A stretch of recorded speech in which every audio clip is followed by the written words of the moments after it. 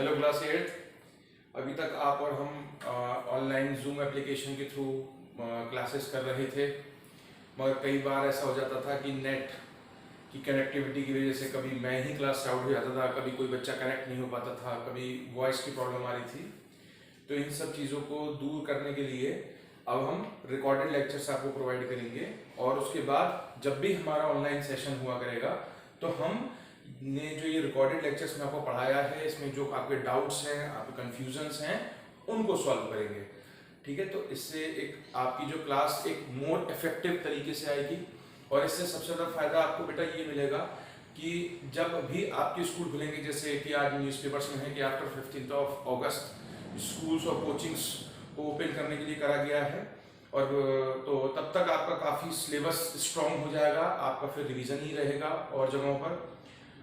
और एक सबसे अच्छी बात यह है कि बंसल क्लासेस अलीगढ़ सेंटर ने अपने आप को, अपने पूरे सेंटर को प्रॉपरली सैनिटाइज करना, वहाँ पे वो ज़रूरी इक्विपमेंट्स को इंस्टॉल कर दिया है जो भी ज़रूरत है वहाँ पर। और जब भी गवर्नमेंट का जब भी ऑर्डर आएगा, तब आप लोगों से हमारा जो आज ऑनलाइन या फिर इस रिकॉर्डेड लेक्चर्स के थ्रू हम आपसे मिल पा रहे हैं, ये फिर हमारे आपकी सामने फिजिकल क्लासेस हम दोबारा ज्वाइन कर पाएंगे। तो होप सो गुड।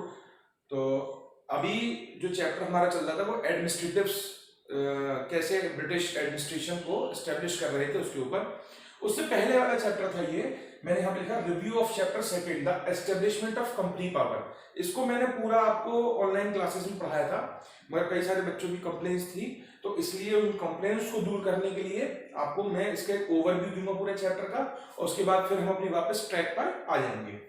तो बेटा सबसे पहले समझिए कि यहाँ पर एस्टेब्लिशमेंट ऑफ कंपनी पावर का मतलब है कि कैसे इंग्लिश ईस्ट इंडिया कंपनी ने इंडिया में अपने आप को एस्टेब्लिश किया, और एस्टेब्लिश किस तरीके से किया, कहाँ कहाँ पे वॉर्स हुए, और कहाँ पे वॉर्स बिना करे उसने इंडियन प्रिंसली स्टेट्स को अपने साथ अटैच कर लिया। तो सबसे पहले देखते हैं कि ईस्ट इंडिया कंपनी जो फॉर्म हुई वो ईयर 1600 AD में फॉर्म हुई।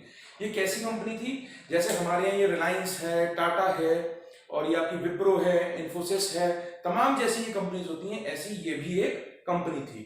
इसको 1600 में क्वीन एलिजाबेथ फर्स्ट ने इसको परमिशन दी कि ये इंडिया जाके ट्रेड एक्टिविटीज कर सकती है। ट्रेड मतलब सामान खरीद कर बेचना, और वहां से यहाँ से बना हुआ सामान, इंग्लैंड से बना हुआ सामान इंडिया ले जाके बेचना, एशियन कंट्रीज में बेचना, और वहां से सामान को रॉ मटेरियल जो भी चीजें वहां की अच्छी हैं उनको यूरोपियन कंट्रीज में लेकर आना या अपनी कंट्रीज में लेकर आना।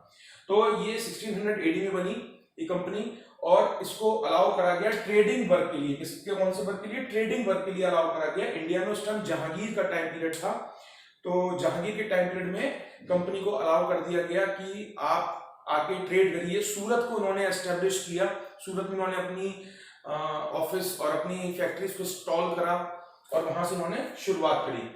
इसके साथ साथ सिर्फ इंग्लिश ही ईस्ट इंडिया कंपनी नहीं थी, इसके अलावा थी डच, पोर्टुगीज, फ्रेंच, ये सभी ईस्ट इंडिया कंपनीज भी इंडिया में वर्क कर रही थी। तो ब्रिटिशर्स का जो सबसे बड़ा जो कॉम्पिटिटर थे वो थे फ्रेंच। वो फ्रेंच लोग, फ्रेंच ईस्ट इंडिया कंपनी थी, और उसके संग इनके कई सारे डिस्प्यूट हो जाते थे। ये ईस्ट इंडिया कंपनीज ये समझ गई, जो यूरोपियन डिफरेंट कंट्रीज से आई थी, कि इंडिया में किसी भी एक रूलर का रूल नहीं है, कई सारे अलग अलग रूलर्स हैं, और उनमें आपस में डिस्प्यूट्स रहते हैं, बहुत सारी लड़ाई झगड़े रहते हैं। उसी का फायदा उठा के बहुत सारी ऐसी प्रिंसली स्टेट्स को, ऐसे किंग्स को ब्रिटिशर्स ने, इंग्लिश ईस्ट इंडिया कंपनी ने अपने संग मिला लिया, कई को फ्रेंच लोगों ने मिला लिया। और उसके बाद जब ये डिस्प्यूट बढ़ता चला गया, तो सबसे पहले होता है कार्नेटिक वॉर। सबसे पहले हुआ कार्नेटिक वॉर। ये कार्नेटिक वॉर कहां से आया? ये इंडिया का जो साउथ ईस्टर्न पार्ट है, जिसमें हैदराबाद, मैसूर और कार्नेटिक, ये वो रीजन आता है। यहाँ पर ये लड़ाई हुई, इंडिया का ये पेनिनसुलर पार्ट जो मैं आपको बताना चाह रहा हूँ, ये ठीक है, ये वाला जो रीजन है, ठीक है, इसमें कार्नेटिक कौन सा था? ये वाला रीजन था, ये रीजन था कार्नेटिक का रीजन, है ना। यहाँ पे वॉर शुरू हुआ, ये बिटवीन फ्रेंच एंड इंग्लिश हुआ, और इसमें इंग्लिश जीत गए under the leadership of Robert Clive. Robert Clive commander थे ब्रिटिश आर्मी के, उनकी लीडरशिप में ये वॉर जीत गए। और इस वॉर को जीतने के बाद उन्होंने फ्रेंच लोगों को कंसोलिडेट, यानी सिर्फ एक जगह, जैसे पौंडुचेरी की तरफ उन्होंने बिल्कुल छोटा सा एरिया दे दिया, बोले आप यहीं से अपना छोटा मोटा ट्रेड करते रहिए। उसके बाद ये तो इनका एक तरीके से डायरेक्ट अपनी एक दूसरी कंपनी को लड़ाना था। जैसे आज के टाइम में कंपनीज डिस्काउंट्स ऑफर करती हैं, अच्छे ऑफर्स करती हैं दूसरी कंपनी को हराने के लिए, ज्यादा से ज्यादा कस्टमर्स को, तब इस तरह से वॉर का साथ लिया जाता था, ऐसे वॉर से काम करा जाता था। उसके बाद सबसे पहले जो ब्रिटिशर्स ने किसी इंडियन रूलिंग स्टेट को हराया वो थी बंगाल। आज का वेस्ट बंगाल नहीं, पूरा वेस्ट बंगाल आज का, बिहार, उड़ीसा और बांग्लादेश का भी बहुत सारा हिस्सा पूरा एक बंगाल हुआ करता था। ठीक है, अब यहाँ पे सबसे पहले जो हुई है वो बैटल ऑफ प्लासी। ये बैटल ऑफ प्लासी 1757 में हुई। अब बैटल ऑफ प्लासी का क्यों इतना इंपॉर्टेंट था, क्योंकि ये बैटल ऑफ प्लासी की जो लड़ाई थी ये किसके बीच हुई है, रॉबर्ट क्लाइव और उस टाइम जो बंगाल के नवाब थे सिराजुद्दौला, इन दोनों के बीच में हुई। और हुआ क्या इस लड़ाई में कि ये इसलिए इंपॉर्टेंट मानी गई ब्रिटिशर्स के लिए क्योंकि इस लड़ाई को जीतने के बाद वो ब्रिटिशर्स एक बात समझ गए कि हम किसी भी इंडियन स्टेट को हरा सकते हैं। अब ये हराया कैसे, तो कार्नेटिक वॉर जीता था रॉबर्ट क्लाइव की लीडरशिप में। रॉबर्ट क्लाइव को ही दोबारा भेजा गया। रॉबर्ट क्लाइव को जब दोबारा भेजा गया, अच्छा लड़ाई किस बात पे चल रही थी कि ये लोग चाहते थे कि जो ईस्ट इंडिया कंपनी जो ट्रेड कर रही है उसमें टैक्स नहीं देंगे। ठीक है, मान गए नवाब। मगर जो ऑफिशियल्स थे वो खुद भी सामान खरीद के ट्रेड करा करते थे अपने पर्सनल बेनिफिट्स के लिए, उसका भी नहीं वो प्रॉफिट दिया करते, उसमें भी टैक्स नहीं दिया करते थे। ये एक लड़ाई सबसे ज्यादा, ये एक मेन रीजन बना। उसके बाद करप्शंस बहुत सारे होने लग गए थे, ब्रिटिशर्स करने लग गए थे, तो यहां पर हुई। अब इस लड़ाई को जीता कैसे, सिराजुद्दौला का जो कमांडर था वो था मीर जाफर। इसको रॉबर्ट क्लाइव ने अपने साथ मिला लिया और इस लड़ाई को जीत लिया और मीर जाफर को अगला नवाब ऑफ बंगाल डिक्लेयर कर दिया। सिराजुद्दौला को भागना पड़ा वहां से।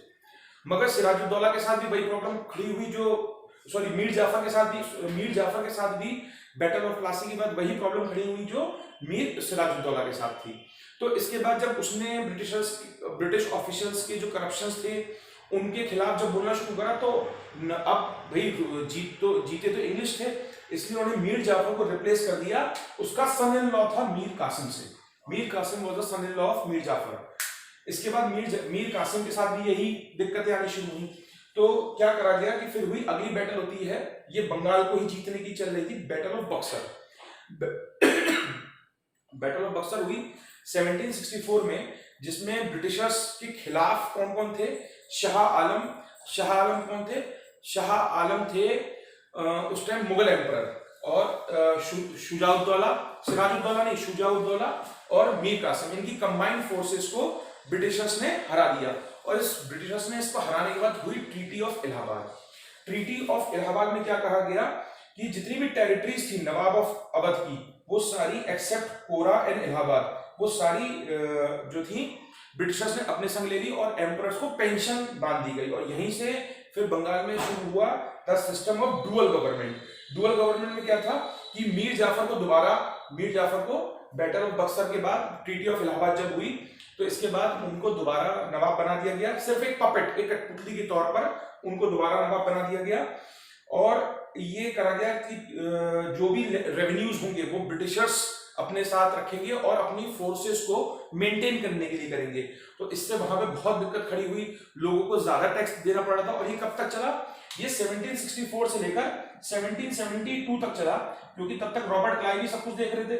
ठीक है, रॉबर्ट क्लाइव के बाद है वॉरेन हेस्टिंग्स ने आकर इसको खत्म करा। अब हम पढ़ते हैं the Marathas, Anglo Maratha war.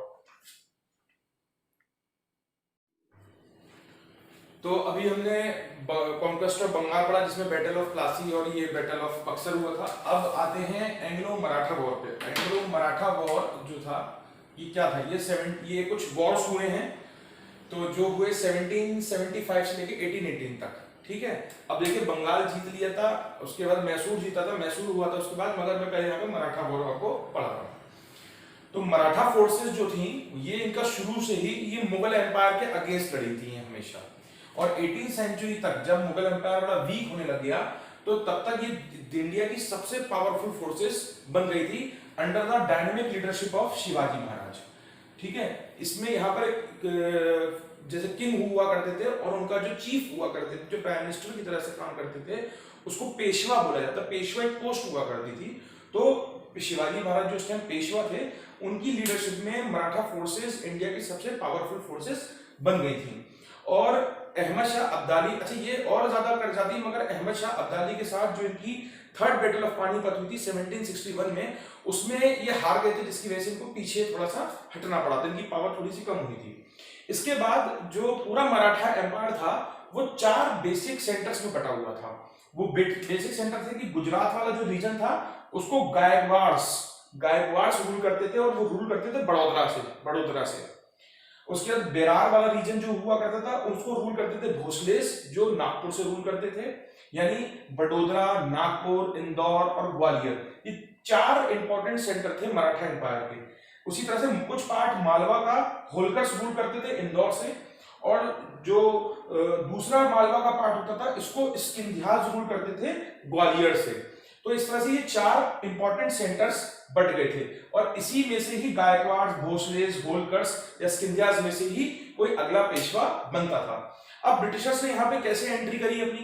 Britishers ने कैसे एंट्री करी कि ब्रिटिश जो थे वो रघुनाथ राव को सपोर्ट कर रहे थे अगला पेशवा बनाने के लिए, मगर बाकी के पूरे मराठा और एक इंपॉर्टेंट पर्सन थे नाना फडणवीस और बाकी सारे के मराठा वो सपोर्ट कर रहे थे माधवराव सेकंड को।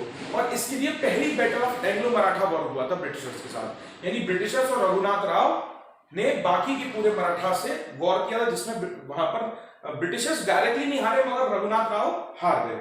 इसके बाद क्या हुआ कि नाना फडणवीस की डेथ हो जाती है 1800 में, और 1800 में डेथ के बाद जितने भी ये चीफ थे ये आपस में एक दूसरे से लड़ने लगे कि अगला पेशवा कौन बनेगा, और इसी डिस्प्यूट का फायदा उठाकर ब्रिटिशर्स की और इनके संग 2 लड़ाइयां हुई, और एट लास्ट 1818 में in the third battle of Anglo Maratha war पूरे ब्रिटिश एम्पायर ने मराठा रीजन को कॉन्कर कर लिया, जीत लिया, और यहाँ पर सबको जो रूलर्स थे इनको छोटी छोटी एरियाज देकर और इनकी पेंशन्स बनाकर इनको छोड़ दिया गया।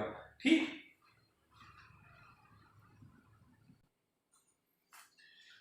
तो अब मराठा वॉर के बाद करते हैं Anglo Mysore war. Anglo Mysore war जो हुआ वो 4 वॉर हुए, और ये 1766 से लेकर 1799 तक हुए।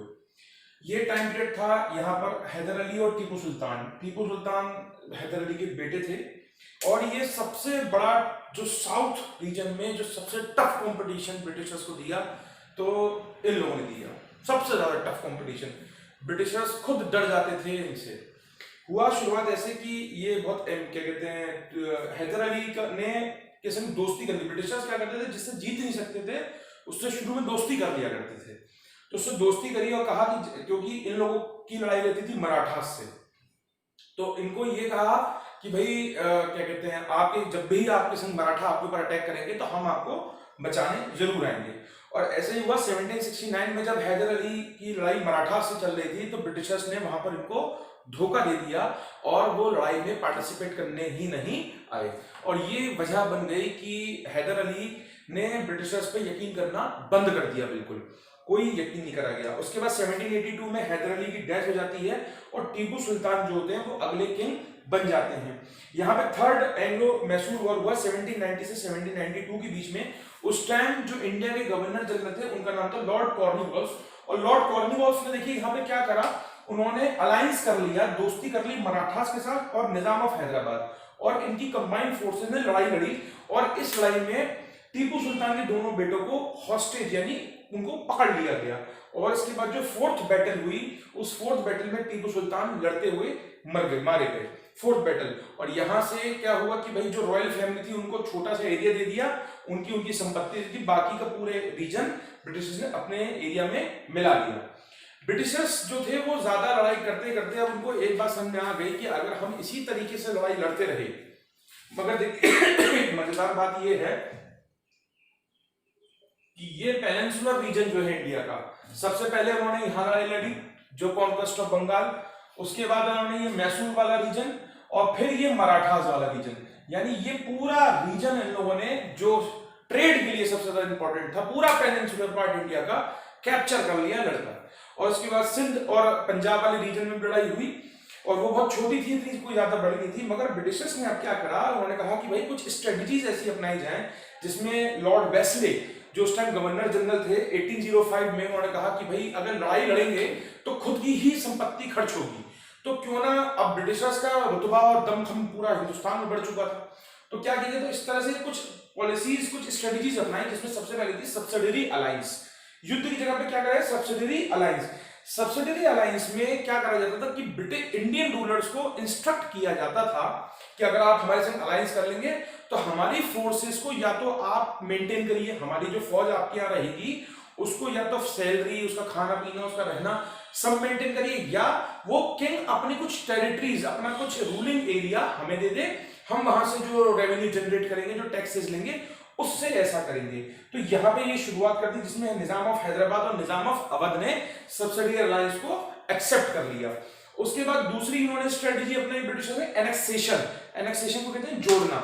ये क्या करते थे कि भाई ब्रिटिशर्स जो थे वो ये दिखाते थे कि भाई देश के अंदर आप अपना रूल चलाइए, मगर देश की जो आपकी स्टेट की जो बाउंड्रीज हैं उसको प्रोटेक्ट हम करेंगे। अब उसकी वजह से क्या होता था कि पहले लोग वहां के भाई राजकिंग को या निजाम को या फिर रूलर्स को टैक्स दिया करते थे। अब ब्रिटिशर्स रहने लग गए, उनकी आर्मीज रहने लग गई, तो उनको भी टैक्स। तो इससे लॉ एंड ऑर्डर की सिचुएशन बड़ी फेल होने लगी। और ब्रिटिशर्स ने ये दिखाया कि भाई ये जो पर्टिकुलर जो भी किंग है ये मेंटेन नहीं कर पा रहा है, ये रूल नहीं कर पा रहा है, इसलिए उसे हटाकर उसके एरिया को मर्ज कर लिया जाता था। तीसरा इन्होंने सिस्टम क्या अपना है, doctrine of lapse. Doctrine of lapse में क्या था कि अगर कभी किसी रूलर को, किसी भी किंग को, उसका खुद का कोई बेटा नहीं है, तो वो अपने किसी भी रॉयल फैमिली के में रिलेटिव के बेटे को अडॉप्ट कर लिया करते थे और उसको अगला किंग बना दिया करते थे। ब्रिटिशर्स ने उसे अब अगला किंग मानने से मना कर दिया। बोले जब तक किंग का खुद का कोई बेटा नहीं होगा तब तक, अगर ऐसा कोई रूलर किसी की डेथ हो जाती है जिसका खुद का कोई बेटा नहीं है, तो उसको उसकी जो एम्पायर है, उसका जो रूलिंग एरिया है, उसका जो एरिया है, जो भी उसकी एस्टेट है, वो ब्रिटिश में अपने आप ही मर्ज हो जाएगी। तो ऐसे करा गया। तो इसमें नागपुर था, सितारा था और झांसी। ये नागपुर, सितारा ये महाराष्ट्र के रीजन्स हैं, ठीक है। जब वहां पे मराठा उसको उन्होंने छोटा सा एरिया दे दिया था, उसके बाद वहां पर भी उनके पूरे राज्य को हड़पने का ये सिस्टम शुरू कर दिया गया। तो ये एक बड़ा इफेक्टिव मेथड था ब्रिटिशर्स का इंडिया को कैप्चर करने का। और इसके साथ ही कुछ चीजें थी कि भाई वो कौन से रीजंस थे जिसकी वजह से ब्रिटिशर्स जो थे वो इंडिया में अच्छे से रूल कर पाए। तो सबसे पहले था absence of strong leadership. Absence of strong leadership. India में अलग अलग रूलर्स थे बेटा, कोई भी एक ऐसा रूलर नहीं था जो बहुत ही पूरे इंडिया को रूल कर रहा था, जैसे आज एक सेंट्रल गवर्नमेंट है, ये सब कोई सिस्टम नहीं था। तो ये सबसे बड़ा रीजन था कि भाई ब्रिटिशर्स ने इसका बड़ा एडवांटेज उठाया कि कोई भी एक स्ट्रॉन्ग सेंट्रल लीडरशिप एक पर्टिकुलर किसी बंदे के हाथ में पावर नहीं थी। दूसरा था लैक ऑफ यूनिटी। ब्रिटिशर्स ने सबसे ज्यादा इसी का फायदा उठाया, जो इंडियन रूलर्स के बीच में जो डिस्प्यूट्स होते थे एक दूसरे को हराने के, उसका सबसे ज्यादा फायदा उठाया। ब्रिटिशर्स ने पहले उन जो रूलर किसी दूसरे रूलर को हरा देना चाहता था कि उसके पास आर्मी नहीं थी, ब्रिटिशर्स ने उसको सपोर्ट किया, जो एरिया जीता वो बांट लिया और फिर उसी रूलर को हरा दिया करते थे ये। तो ये सिस्टम उन्होंने शुरू करा। दूसरा था वीकनेस ऑफ इंडियन रूलर्स। ये वीकनेस ऑफ इंडियन रूलर्स का क्या मतलब है, वीकनेस ऑफ इंडियन रूलर्स। ये वीकनेस ऑफ इंडियन रूलर्स का क्या मतलब है, वीकनेस ऑफ इंडियन रूलर्स का मतलब है कि इंडियन रूलर्स जो अगले बनते थे, जो हायरार्की फॉलो होती थी, तो उसमें हर रूलर जो था वो स्ट्रॉन्ग नहीं हुआ करता था। वो अपने वही बिल्कुल राजसी सुख में बहुत ही लग्जरी लाइफ को जिया करते थे और वो उसका बहुत एडवांटेज उठाया ब्रिटिशर्स ने कि उनको उनसे कई लेटर साइन करा लिया करते थे, तो जिससे जो वहाँ की जो जनता भी थी, जो पीपल थे, वो लोग भी काफी नाराज हो जाया करते थे। ठीक है, तो ये आज एक ओवरव्यू था बेटा पूरे चैप्टर का, जो हमने आपको पहले ऑनलाइन क्लासेस में पूरा पढ़ा दिया था। इसके बाद जो हम चैप्टर शुरू करेंगे बिल्कुल इसी से रिलेटेड है, वो है the British administrative structure in India. कि ब्रिटिशर्स ने जब पूरे एरिया को ऑक्यूपाई कर लिया, पूरे larger part of the India को ऑक्यूपाई कर लिया, तो उन्होंने क्या क्या इंट्रोड्यूस नई नई चीजें करी, जैसे सिविल सर्विसेज था, और उसके बाद उन्होंने पुलिस को इंट्रोड्यूस करा, जुडिशरी को इंट्रोड्यूस करा, ठीक है, तो आर्मी का क्या सिस्टम बनाया इन्होंने। तो इस सब के बारे में हम नेक्स्ट क्लास में बात करेंगे। Thank you.